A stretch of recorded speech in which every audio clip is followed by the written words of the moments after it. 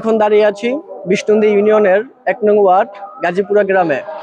এই পথ ধরেই যাচ্ছিলাম, যাওয়ার পথে আমার নজরে যে জিনিসটি আসলো, এই রাস্তাটি দীর্ঘদিন যাবৎ কাজ চলছিল, কিন্তু এখন আবার দীর্ঘদিন যাবৎ বন্ধ রয়েছে।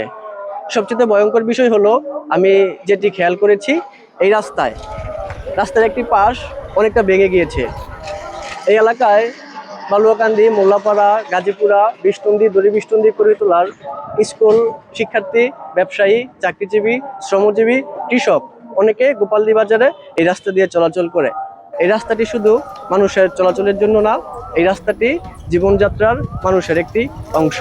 লাগার বিষয় হলো, এই রাস্তাটি বিগত ৪-৫ দিন ধরে বৃষ্টির পানিতে ভেঙে গিয়ে এভাবে পড়ে রয়েছেন। এটি কি দেখার কেউ নেই? এক গাড়ি চালক ভাই বলল, এই রাস্তায় চলাচলে খুবই কষ্ট হচ্ছে, খুবই ভোগান্তি। সমস্যা আছে, অনেক সমস্যা। মানে এন্দা গাড়ি যাতায়াত করতে অনেক কষ্ট।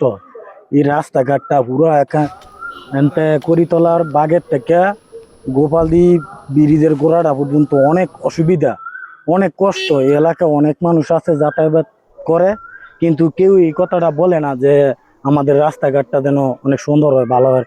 রাস্তাঘাট হচ্ছে সবার সম্পদ। রাস্তাঘাট ভালো থাকলে সবাই চলতে ফিরতে আরাম হয়। আমরা যেমন এই জায়গাটা, এটা একটা অনেক রিস্ক।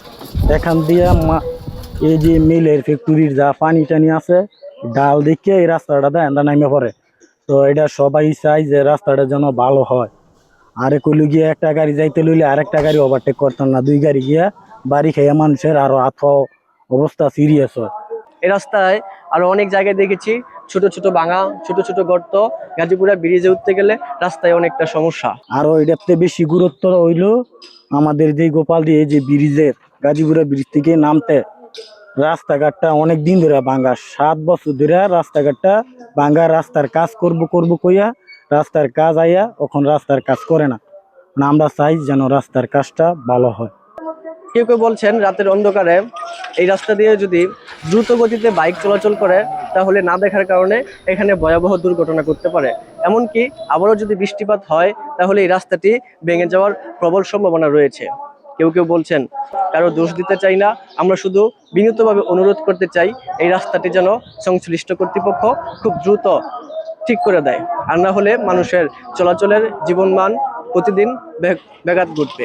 এখানে দাঁড়িয়ে একটি কথা মনে পড়ে যাচ্ছে, উন্নয়ন তখনই অর্থবহ হয় যখন চলাচলের ক্ষেত্রে মানুষের নিরাপত্তা ও স্বাচ্ছন্দ্য নিশ্চিত হয়। তাই কর্তৃপক্ষের কাছে আমরা বিনীতভাবে অনুরোধ করব, যেন এই রাস্তায় সুনজর দেওয়া হয়, এই জায়গাটি সংস্কার করা হয়। অন্ততপক্ষে এই জায়গাটি যেন প্রাথমিকভাবে বালু, বস্তা বা যে কোনোভাবে প্রাথমিকভাবে চলাচলের জন্য যেন সংস্কার করে ঠিক করে ফেলা হয়।